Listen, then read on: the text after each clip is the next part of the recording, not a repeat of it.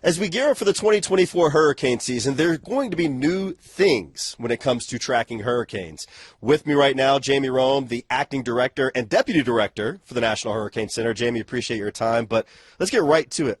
You guys at NHC are coming out with some new experimental products trying to help with the mass confusion that can happen when we're tracking hurricanes. Yeah, so we're seeing some trends in how people interpret our forecast and our information, and I think we can make some subtle tweaks to how we present things that will help with that. These storms, people don't need me to tell you these storms are pushing farther inland and they're spreading their impacts farther inland. So I think we need to do better in helping the inland residents understand their threat, just like we've done for decades at the coast.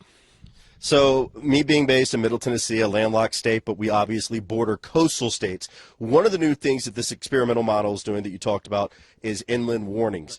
Will you guys maybe collaborate more with inland weather service offices, potentially, especially for like Tennessee, when you get those Gulf storms, having to issue warnings further or sooner in advance? Precisely. They're the exact same warnings that have been produced by these inland National Weather Service offices. We're just going to try to bring them forward and highlight them more so that people see them. So they tend to be, in some cases, obscure and people don't see them. But if we can bring them forward and help bring them to the forefront, then hopefully everyone will see those warnings. Let me ask you this. One of the things that we get being a landlocked state, but obviously places like a Destin, Florida, Orange Beach, Alabama, a lot of people like to go down there on vacation, but you may get the question, well, there could be a tropical system coming. You know, they're talking about it a week out. Can't tell you how many times I'm like, you just got to stay tuned to the weather. You, as an expert in an NHC, what is your advice to them? Postpone the vacation or risk it? Because it's just always one of those things I feel like we can talk about so we're blue in the face, but let's hear it from the expert. So I would say, a week out, go on your vacation, but check the weather daily. A lot of people will check the weather when they're about to go on vacation, then tune out. And then they're surprised as something develops or forms during mid-course of their vacation. So if you're going to vacation in the Gulf or Southeast during the warm season, you really need to make a habit of checking the weather at least once a day. So don't be married to that forecast 7 days out and not look again. Yeah, it happened to me. Like in the course of preparing for this trip, obviously I looked at how cold it was going to be, so I knew how to pack 4 or 5 days out. Well, guess what? It evolved, and the temperatures were colder than they originally were when I first started looking. If I would have packed based off that initial forecast, I'd probably be freezing to death right now. So you have to constantly check back each day.